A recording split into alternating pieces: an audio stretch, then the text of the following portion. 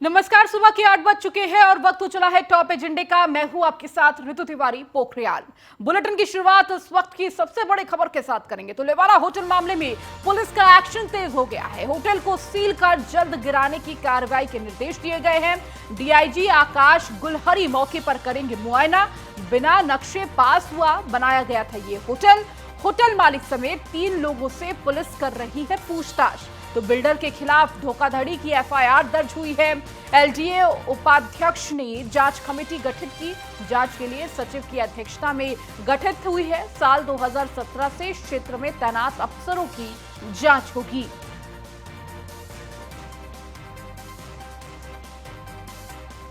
तो अब से ठीक 24 घंटे पहले कल लखनऊ के हजरतगंज में स्थित लेवाना होटल में एक भीषण आग लग गई और इस भीषण आग में 4 लोगों की मौत हो गई और कई लोगों की जान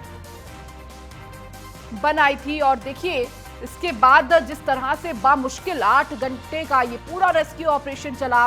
दमकल विभाग की गाड़ियां मौके पर मौजूद रही। 20 से भी ज्यादा गाड़ियां थी जो लगातार।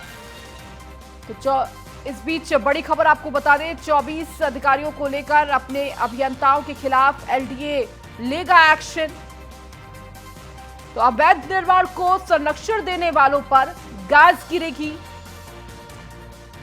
तो 2017 से 2022 हजरतगंज में तैनात रहे अभियंताओं पर एक्शन होगा। ये बड़ी खबर आपको दे रहे हैं। एलडीए सचिव की अध्यक्षता में बनाई गई है समिति और तैनात अफसरों की जांच की जाएगी। तो बिल्डर से मिलीभगत से चलते नहीं की गई थी कार्रवाई और इसी के कारण ये बड़ा हादसा हो गया। तो निर्माण के लिए बिल्डर ने दिया था फर्जी शपथ पत्र। तो आवासीय भूखंड में कराया था व्यावसायिक निर्माण। जोनल अधिकारी अधिशासी अभियंता पर कार्रवाई की संस्तुति। तो अधीक्षण अभियंता जहीरुद्दीन के खिलाफ भी संस्तुति दी गई है। तो सहायक अभियंता ओपी गुप्ता, राकेश मोहन का भी नाम शामिल है इसमें। राधेश्याम सिंह, विनोद कुमार गुप्ता के खिलाफ भी संस्तुति दी गई है। और ज्यादा जानकारी के साथ हमारी संवाददाता अश्विनी हमारे साथ जुड़ चुके हैं। अश्विनी, कल जिस तरह से आज से ठीक 24 घंटे पहले जो अग्निकांड देखने को मिला था लखनऊ के हजरतगंज में, अब उसको लेकर लगातार एक्शन जारी है और इसी एक्शन में अब अधिकारी इस पूरे कार्रवाई में घेरे में नजर आ रहे हैं। और देखिए लगातार एक के बाद एक नाम भी शामिल हो रहा है। जिस तरह से जो अधिकारी इस पूरे मामले में जिनकी मिलीभगत होगी उन पर कार्रवाई के निर्देश दिए गए हैं।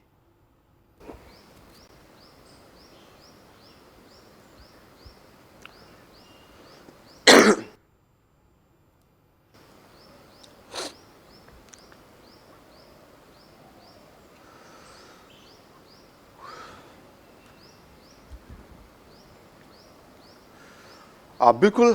कल इसी समय कल लेवाना होटल है, वहाँ अफरा तफरी का माहौल था।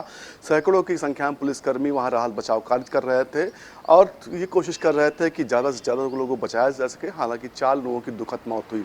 अब बात होती है कार्रवाई की, लेकिन किस कार्रवाई की बात की जा रही है। 19 जून 2018 को भी इसी तरह की घटना हुई थी। 4 बाग में 2 जो होटल्स थे उसमें आग लगी थी। 8 लोगों की मौत हुई थी। उसके बाद भी जांच हुई थी। तत्कालीन जो वीसी थे पीएन सिंह और एडीजी, उन दोनों की समिति ने जांच की थी। जांच के बाद रिपोर्ट दाखिल की थी और रिपोर्ट के बाद लमसम जो है 2.5 दर्जन लोगों को आरोपी बनाया गया था। उसके बाद बाकायदा जांच चलती रही, रिपोर्ट भी लगा दी गई उसमें, लेकिन अभी तक कोई कार्रवाई नहीं हुई। जो दोषी लोग थे उसमें से कई बड़ी संख्या में लोग जो रिटायर भी हो गए, बाकायदा उनको प्राधिकरण की तरफ से जो रिटायरमेंट की सुविधा होती है वो सब कुछ दी गई। तो अब सवाल ये उठता है कि कौन सी कार्रवाई आखिर होने वाली है, क्योंकि आज लमसम 4 साल का जो समय बीत गया, 4 साल में कई लोग रिटायर हो गए, कुछ की मौत भी हो गई। आखिर अब कार्रवाई कब होगी, सबसे बड़ा सवाल ये है। एक बार फिर जांच हुई है, जांच होगी और इसमें भी दोषी पाए गए। लमसम 2017 से लेकर के 2022 के बीच के जो एक्सीएन जेई और लोग रहे हैं उन पर कार्रवाई की बात कही जा रही है। लेकिन क्या वाकई में कार्रवाई हो पाएगी, क्योंकि ये सिर्फ एक व्यक्ति या एक विभाग का मामला नहीं, ये कहीं ना कहीं सिंडिकेट चलाया जा रहा है। सबसे बड़ा सवाल है कि जो होटल था उसको लेकर के नगर निगम ने एनओसी कैसे दे दी, उसको लेकर के पर्यटन विभाग ने एनओसी कैसे दे दी, उसको लेकर के खाद्य विभाग ने कैसे एनओसी दे दी। तमाम विभाग हैं जो कहीं ना कहीं सिर्फ वसूली का काम इस समय कर रहे हैं और शायद ऐसा भी आप कह सकते हैं कि अब इनकी वसूली में बढ़ोतरी हो जाएगी, क्योंकि अब जो होटल्स मालिक होंगे, जो अस्पताल मालिक होंगे, जो अवैध रूप से हैं, वो कहीं ना कहीं अब दबाव में होंगे और दबाव के चलते इनका वसूली का खेल जो चल रहा था अब उस सिंडिकेट में और बढ़ोतरी होगी। निश्चित तौर पर मुख्यमंत्री ने साफ तौर पर कहा है कि सख्त कार्रवाई होगी, लेकिन मुख्यमंत्री आदेश देते, निर्देश देते, लेकिन निचले अधिकारी हुए वो कहीं ना कहीं लापरवाही बरतते हैं, जिसका खामियाजा आम लोगों को उठाना पड़ता है। कभी 7 लोगों की मौत होती, कभी 8 लोगों की मौत होती है और कभी 4 लोगों को अपनी जान गंवानी पड़ती है। हालांकि अगर लेवाना होटल की बात करें तो सिर्फ लेवाना होटल नहीं, लखनऊ में लगभग 80% से ज्यादा होटल्स जो हैं वो अवैध हैं, जो मानक पूरे नहीं करते। लेकिन इन सब के बावजूद भी वो संचालित हो रहे। चाहे ओयो की बात कर ले, होटल्स जो हैं उनकी बात कर लें, जो ओयो कंपनी है बाकायदा वो सर्टिफिकेट बांट रही है कि आप होटल संचालित करिए, लेकिन किस बिहार पे वो कंपनी है जो होटल्स को संचालित करने का सर्टिफिकेट दे रही है? क्योंकि जब मानक ही पूरे नहीं होंगे, जब जो व्यवस्थाएं, जो मानक रखे गए हैं गवर्नमेंट की तरफ से वो पूरे नहीं होते, तो कैसे जो ये कंपनी है जो है होटल्स को देती है कि आप हमारे साथ टाइप करिए और इसको चलाइए। निश्चित तौर पर बड़ा सवाल है कि आखिर क्या वाकई में सच में कार्रवाई होगी, क्या दोषियों को सजा मिलेगी? हालांकि जांच की रिपोर्ट आएगी, अभी ध्वस्तीकरण की कार्रवाई भी हो सकती है, लेकिन क्या जो अभियान चलाया जा रहा है, 3 दिवसीय अभियान के लिए कहा गया है डीजीएलओ की ओर से कि तमाम जो होटल्स हैं, हॉस्पिटल्स हैं, उनकी जो जांच की जाए, फायर एनओसी के बारे में जानकारी ली जाए। लेकिन सबसे बड़ा सवाल है कि जो अधिकारी जो जांच करने के लिए जाएंगे, क्या वो ईमानदार होंगे? क्या वो घूसखोरी नहीं करेंगे? क्या वो अपनी सेटिंग के दम पर आगे जो मालिकान होंगे वो अपनी दम पर आगे भी संचालित नहीं करेंगे? ये तमाम सवाल खड़े होते हैं, क्योंकि पिछले जब 2018 में घटना हुई थी लखनऊ में, उस दौरान भी कहा गया था कि तमाम जो होटल्स हैं इनकी चेकिंग होगी, बाकायदा उन पर कार्रवाइयाँ होगी, लेकिन किसी पर कोई कार्रवाई नहीं, क्योंकि तमाम विभाग हैं वो मिली भगत से पूरा सिंडिकेट लखनऊ या पूरे प्रदेश में चल रहा है। अभी कुछ दिन पिछले साल ही 1-2 साल पहले की बात है, लखनऊ में कोचिंग में आग लगी थी। उसके बाद ये हुआ था कि कोचिंग संस्थानों की जांच होगी, वहां पर कैसे कोचिंग चलाई जाए, तमाम चीजों की जांच होगी। कहीं कोई जांच नहीं हुई, सिर्फ अधिकारियों का जो हफ्ता था, महीनवारी थी, उसमें बढ़ोतरी जरूर हो गई। और एक बार फिर यही होगा कि एलडीए के अधिकारी जब जांच करने जाएंगे तो सिंपल सी बात है, जो होटल्स मालिक उन पर दबाव तो होगा और ऐसे में कहीं ना कहीं जो धन उगाही है उसका रास्ता अधिकारियों को मिल जाएगा। अगर नहीं मिलता तो अब तक इस तरह का जो सिंडिकेट चल रहा लखनऊ में अवैध बिल्डिंगों का, अवैध इमारतों का, वो नहीं पनप पाता। लखनऊ में तमाम ऐसी बिल्डिंग है। अभी देखा होगा एक मामला आया था, एक बड़ी बिल्डिंग है, बिल्डर है, उसने सरकार की जमीन पर, सरकारी जमीन पर ही बिल्डिंग बनाकर और बेच दी। और सबसे मजाक वाली बात यह है कि एलडीए विभाग के अधिकारी जो होते हैं इसकी निगरानी के लिए बाकायदा लगाए गए। पहले जेई होता है, फिर उसके ऊपर अधिकारी होते हैं, एक्सिन होते, तमाम लंबी लिस्ट होती है जो बाकायदा घूम घूम के जिम्मेदारी होती है कि अवैध निर्माण कहीं पर हो रहा तो उस पर जांच करे। अभी कुछ दिन पहले का ही मामला, एक 450 स्क्वायर फीट का जो मकान है लखनऊ में बन रहा किसी गरीब व्यक्ति का, उसके पड़ोस में एक बिल्डर का मकान है। जो सूत्र बता रहे हैं, बिल्डर चाह रहा था वो 450 स्क्वायर फीट का मकान उसको दे दे वो, लेकिन उस व्यक्ति ने नहीं बेचा। तो सोचिए, उसकी और ऊपर निर्माण कर रहा था, नीचे लोग रह रहे थे। उसके बाद उसकी बिल्डिंग मकान सील कर दिया गया, 450 स्क्वायर फीट का मकान सील कर दिया गया। लेकिन 20 मंजिला 15 मंजिला इमारतें जो हैं इन अधिकारियों को, कर्मचारियों को नहीं दिखती हैं। अभी पर्याप्त अभी अपार्टमेंट है जहां को लेकर के काफी बवाल हो रहा है। सोचिए, बिल्डिंग सरकार की जमीन पर बनती है, बिल्डिंग खड़ी हो जाती है और बिल्डिंग के जो फ्लैट्स होते बिक जाते हैं, लेकिन जो कर्मचारी होते हैं वो सोए रहते हैं। तो सोचिए कहां से इंसाफ मिलेगा? इंसाफ की बात, इबादत जो है वो कहां से लिखी जाएगी जब पूरा भ्रष्ट तंत्र चल रहा है, जब एलडीए के आला अधिकारी इसमें मिले हुए, सबको हफ्ता जा रहा है, तो कहां से सब चीजें हो पाएंगी? निश्चित तौर पर उम्मीद मुख्यमंत्री से थोड़ी है सभी को कि मुख्यमंत्री ने संज्ञान लिया इस मामले का, निश्चित कार्रवाई होगी। लेकिन मुख्यमंत्री भी क्या कर सकते हैं, क्योंकि जब नीचे का एक एक अधिकारी भ्रष्ट है, एक एक कर्मचारी भ्रष्ट है, जो हफ्तेवारी, महीनवारी, स्लैब के हिसाब से, फ्लोर के हिसाब से पैसा ले रहा है, तो निश्चित तौर पर इस तरह के अवैध निर्माण तो बढ़ने ही बढ़ने हैं। लखनऊ में बड़ी संख्या में इस तरह के अवैध निर्माण बढ़ते जा रहे हैं और कहीं ना कहीं जो एलडीए विभाग के कर्मचारी अधिकारी, उनकी जेबें भरती जा रही हैं और वो खुद अपनी अवैध संपत्तियां बनाते आ रहे हैं। निश्चित तौर पर ऐसे में कहीं ना कहीं किसी अन्य विभाग से इसकी जांच करानी चाहिए जो इनसे बिल्कुल अलग हो, और उसके बाद जो अवैध निर्माण इस तरीके से हैं, अवैध होटल चल रहे हैं, उन पर कार्रवाई होनी चाहिए। जिस होटल की बात कल घटना हुई, उस होटल के अगर बाहर आप होते तो आप देख के खुद दंग रह जाते कि किस तरह से वहां पर कैसे होटल चल रहा था। एक तरफ उसके जाली लगी हुई थी होटल्स के सामने और दाहिनी तरफ बाकायदा लोहे की प्लेट्स लगी हुई थी, पीछे दीवार थी।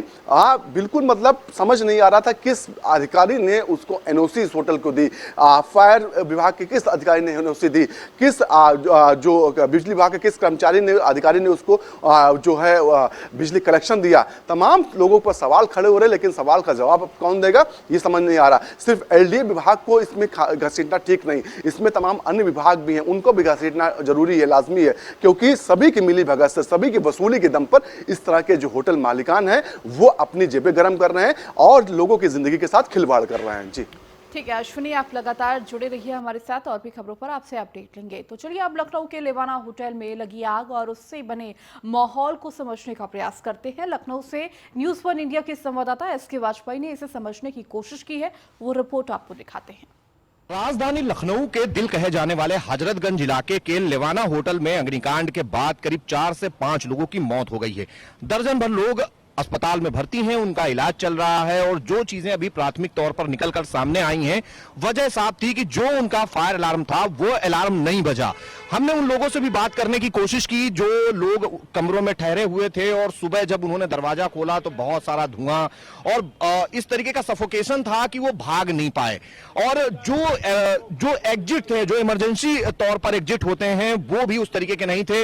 उन्हीं की ये दूसरी ब्रांच है जो कि हजरतगंज के मेन इलाके में है। ये हजरतगंज इलाका है, आप देख सकते हैं, हम उनके उसमें पहुंचे हैं और यहां पर ये इनका एक बता रहे हैं कि ये इनका एग्जिट द्वार है और एग्जिट द्वार इसी तरीके का एग्जिट द्वार उस वाले लेवाना होटल पर भी बना हुआ था, क्योंकि उन्हीं की ये शाखा है। और उस शाखा से आप ये देख सकते हैं, ये एग्जिट द्वार इनके द्वारा बताया जा रहा है कि ये एग्जिट द्वार हमने बना रखा है कि इमरजेंसी कंडीशंस में इसका प्रयोग किया जा सकता है। हालांकि अगर हम बात करें लेवाना की तो ये दोनों शाखाएं एक ही व्यक्ति की हैं और वो लेवाना जो है ब्रांच दूसरी ब्रांच है हजरतगंज की और ये मेन ब्रांच है, जो कि हजरतगंज इलाके के मुख्य जगह पर यह बना हुआ है।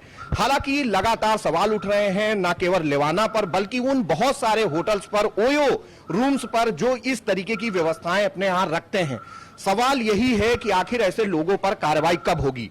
हम बाहर से भी इसको दिखाने की कोशिश करते हैं, कुछ उसी तरीके का यहां पर भी नजारा है जिस तरीके का नजारा हमको उस लेवाना ब्रांच में दिखाई दिया जहां पर आज सुबह अग्निकांड हुआ है। हम अपने कैमरा पर्सन से कहेंगे कि वो उन तस्वीरों को भी दिखाएं कि जो बाहर की तस्वीरें हैं, कुछ इसी तरीके का वहां पर भी था। हालांकि अगर हम स्पेस की बात करें तो स्पेस वहां पर थोड़ा इससे ज्यादा था, यहां पर थोड़ा सा स्पेस उससे कम दिखाई दे रहा है। हालांकि ये कह रहे हैं कि बाकी चीजें इनकी ठीक चल रही हैं, जहां तक उसकी बात है जो कि फायर सिस्टम है, फायर सिस्टम इनके यहां लगा हुआ है, फायर सिस्टम उनके यहां भी लगा हुआ था।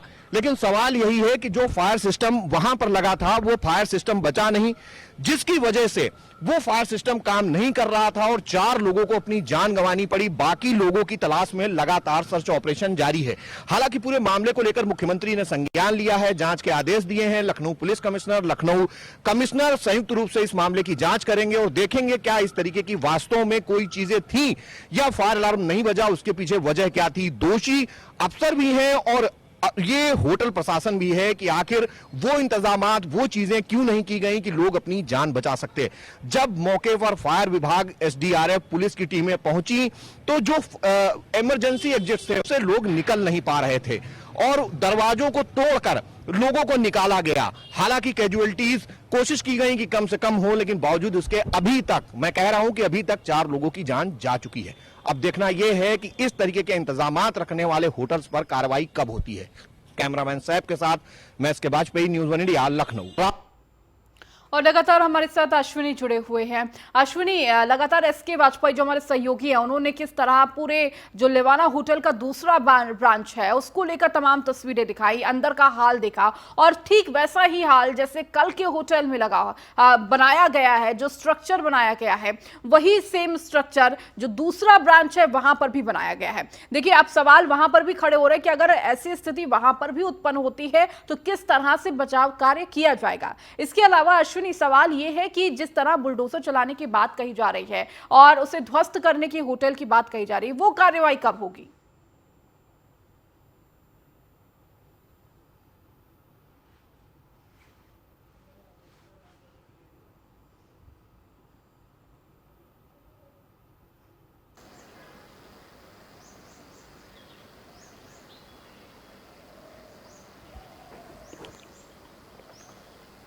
बिल्कुल हाँ, लेवाना की दूसरी ब्रांच है। मुख्य ब्रांच हजरतगंज चौराहे से महज 100 मीटर पर स्थापित है। कहीं ना कहीं सवाल ये खड़ा हो रहा है, क्या क्या ये ब्रांच है, ये अवैध बनी हुई है?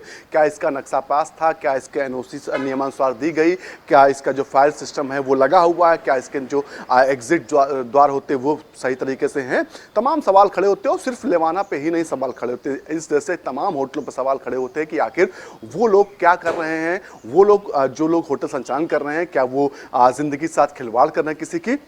और साथ ही साथ उन अधिकारियों पर भी सवाल खड़े होते हैं जिन अधिकारियों की मिलीभगत से इस तरह के होटल, अस्पताल और फ्लैट्स बनते हैं। निश्चित तौर पर एक सवाल खड़ा होता है, तमाम लोग कल पूछ रहे थे कि आखिर जब कर्मचारियों जब जो होटल मालिकान हैं उन पर जब मुकदमा दर्ज हुआ गैर इरादतन हत्या का, तो उन अधिकारियों पर क्यों नहीं दर्ज हो रहा? क्योंकि कहीं ना कहीं वो भी उतने ही गुनहगार हैं जितने वो जो होटल मालिक हैं वो गुनहगार हैं। क्योंकि अगर वो संरक्षण ना देते उस होटल मालिक को तो इस तरीके से ये पूरा जो घटनाक्रम था वो नहीं होता, ना ही अवैध जो बिल्डिंग है वो बनकर तैयार होती, ना ही किसी की जान जाती। क्यों नहीं उन अधिकारियों पर भी उसी तरह से मुकदमा दर्ज हो रहा है, FIR हो रही है कि उन्होंने हत्या में शामिल हुए वो लोग? निश्चित तौर पर सवाल लाजमी है और सवाल उठना भी चाहिए और इसका जवाब शायद किसी के पास ना हो। और सबसे मजाक वाली बात यह होती है कि पिछली बार जब लखनऊ में घटना हुई थी चारबाग क्षेत्र में, उस दौरान जो LDA VC थे उन्हीं को जांच में शामिल किया गया, जांच टीम में शामिल किया गया था।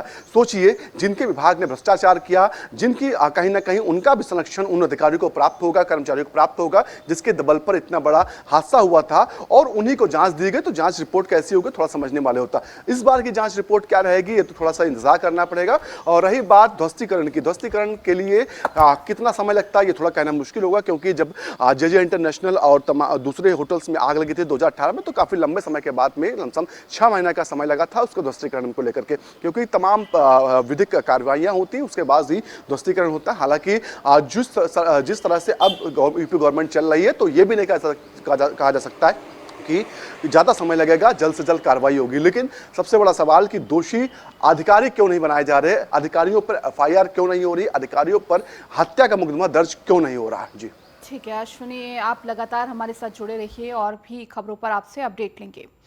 वहीं लखनऊ के लुलु मॉल में फिर पढ़ी गई नमाज।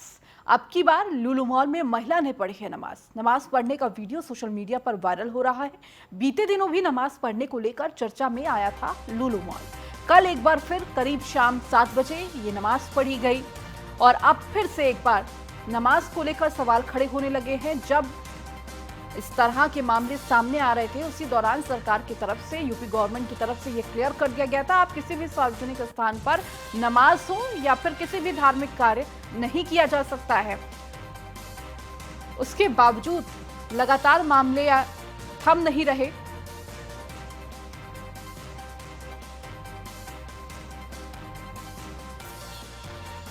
तो बैन के बावजूद भी लुलु मॉल में नमाज पढ़ा जा रहा है और देखिए इस बार नमाज जो है एक महिला के द्वारा पढ़ा गया है।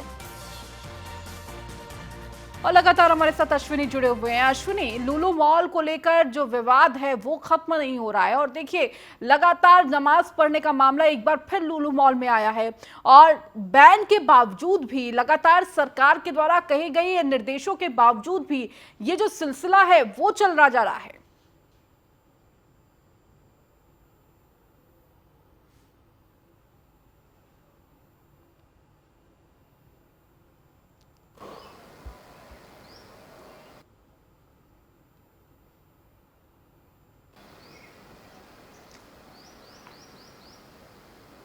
बिल्कुल लुलु मॉल को लेकर के कहीं ना कहीं फिर एक बार जो है चीज़ें सामने आई हैं कि एक महिला ने वहां पर फिर नमाज पढ़ी है। हालांकि लुलु मॉल प्रशासन की ओर से सख्त निर्देश दिया गया था पहले ही कि अब जो वहां पर किसी भी तरह का धार्मिक जो क्रियाकलाप नहीं किया जाएगा, लेकिन कहीं ना कहीं एक महिला ने नमाज पे उसका वीडियो वायरल हुआ और जिसके बाद फिर कहीं ना कहीं माहौल गर्म हो रहा। हालांकि लुलु मॉल जब पिछला प्रकरण हुआ था उस दौरान बाकायदा लुलु मॉल ने स्पष्ट किया था कि वो सभी धर्मों का सम्मान करता है, लेकिन कोई भी किसी तरह की गतिविधि खुले मंच पर नहीं होगी वहां पर। निश्चित तौर पर इसको लेकर के भी अब देखो आगे कार्रवाई क्या होती है। पिछली बार देखा गया था किस तरह से हिंदू संगठनों ने भी बवाल किया था, वहां पर जाकर के हनुमान चालीसा पढ़ी थी। निश्चित तौर पर कहीं ना कहीं एक बार फिर वीडियो वायरल हुआ। वीडियो वायरल होने के बाद माहौल जो है गर्म है। हालांकि पुलिस अब तफ्तीश कर रही है और तफ्तीश बात होगा कि आखिर ये महिला कौन थी, साजिशन इसने नमाज पढ़ी, क्या इसका पढ़ने का मंसूबा था, तमाम चीज़ों पर जांच होगी, उसके बाद आगे कार्रवाई होगी। जी ठीक है अश्विनी, बहुत बहुत शुक्रिया इन तमाम जानकारियों को देने के लिए। बढ़ेंगे आगे। कोरोना वैक्सीन की बूस्टर डोज पर यूपी ने बनाया है रिकॉर्ड। प्रिकॉशन डोज की 3 करोड़ से अधिक डोज देने पर बनाया गया है रिकॉर्ड। पूरे देश में सबसे अधिक प्रिकॉशनरी डोज लगाने वाला उत्तर प्रदेश बना है। कोरोना वैक्सीनेशन में भी योगी का प्रदेश लगातार बना है नंबर 1। तो देखिए एक के बाद एक उत्तर प्रदेश अपने नाम रिकॉर्ड कर रहा है। और जब कोरोना जैसी महामारी पूरी दुनिया में थी, उस दौरान देश में वैक्सीनेशन को लेकर उत्तर प्रदेश नंबर 1 रहा। लगातार उत्तर प्रदेश ने रिकॉर्ड कायम किया सबसे ज्यादा वैक्सीनेशन कराने में। और इसके साथ आप देखिए प्रिकॉशनरी डोज को लेकर भी एक बार फिर खिताब अपने नाम किया है उत्तर प्रदेश ने। तो बूस्टर डोज में यूपी नंबर 1 बना है। तो प्रिकॉशनरी डोज को लेकर उत्तर प्रदेश ने एक बार फिर से बाजी मारी है। पूरे देश में सबसे अधिक प्रिकॉशनरी डोज लगाने वाला उत्तर प्रदेश बना है। तो कोरोना वैक्सीन के बूस्टर डोज पर यूपी ने यह रिकॉर्ड बनाया है। 3 करोड़ से अधिक डोज देने वाला बनाया है रिकॉर्ड।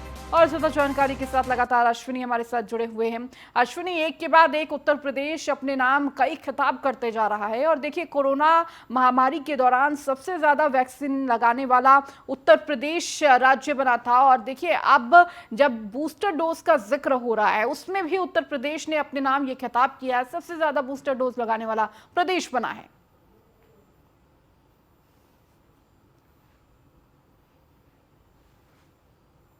जब कोविड चल रहा था उस दौरान प्रबंधन जो किया था उसकी तारीफ इंटरनेशनल लेवल पे हुई। तमाम विदेशी संस्थाओं विश्व बैंक तक ने उसकी तारीफ की कि यूपी गवर्नमेंट ने बेहतर ढंग से जो व्यवस्थाएं की थी, जिससे यहाँ पर मिसमैनेजमेंट नहीं हो पाया। और जो इतना बड़ा प्रदेश होने के बाद, इतनी बड़ी जनसंख्या होने के बाद भी कोविड पे काबू रखा गया। उसके बाद जो कोविड वैक्सीन लगाने को नंबर आया, उसमें भी उत्तर प्रदेश अग्रणी रहा। ज़्यादा से ज़्यादा वैक्सीन लगाई गई। निश्चित तौर पर अब जो नंबर है वो है जो प्रिकॉशन डोज है उसको लेकर के 3 करोड़ लगभग प्रिकॉशन डोज लगाई जा चुकी है, जो देश में सबसे नंबर 1 पर। निश्चित तौर पर उत्तर प्रदेश गवर्नमेंट का जो मैनेजमेंट है वो कहीं ना कहीं बेहतर है, जिसके बल पर ये उपलब्धियाँ हासिल हो पा रही हैं। और साथ ही साथ लोगों की जान भी बचाई जा सकती है। निश्चित तौर पर इसको जब प्रिकॉशन डोज लगना था तो इसको महाअभियान के रूप में देखा गया था और महाअभियान चलाया गया था। निश्चित तौर पर उसका फायदा मिला है, लोगों को मिल रहा है। 18 साल से ऊपर के सभी व्यक्तियों ने, ज़्यादा से ज़्यादा लोगों ने प्रिकॉशन डोज लिया, जिससे कहीं ना कहीं कोविड जो हावी हो रहा था वो अब कमज़ोर पड़ गया है।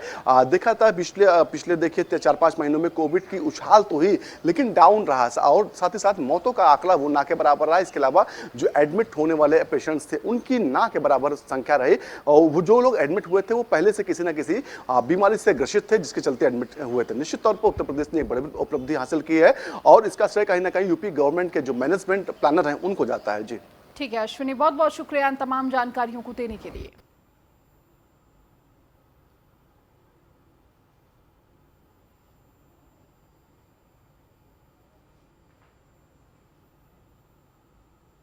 बढ़ेंगे आगे। शकुंतला मिश्रा विश्वविद्यालय के छात्रों की शर्मनाक करतूत सामने आई है। रजिस्ट्रार समेत 50 शिक्षक कर्मचारियों को बनाया गया है बंधक।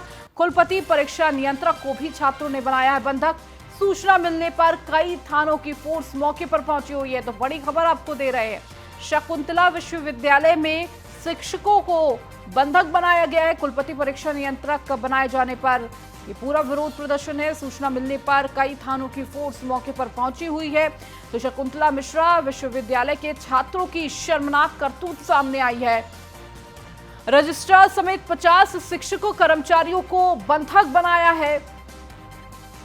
तो कुलपति परीक्षा नियंत्रक को भी छात्रों ने बनाया बंधक।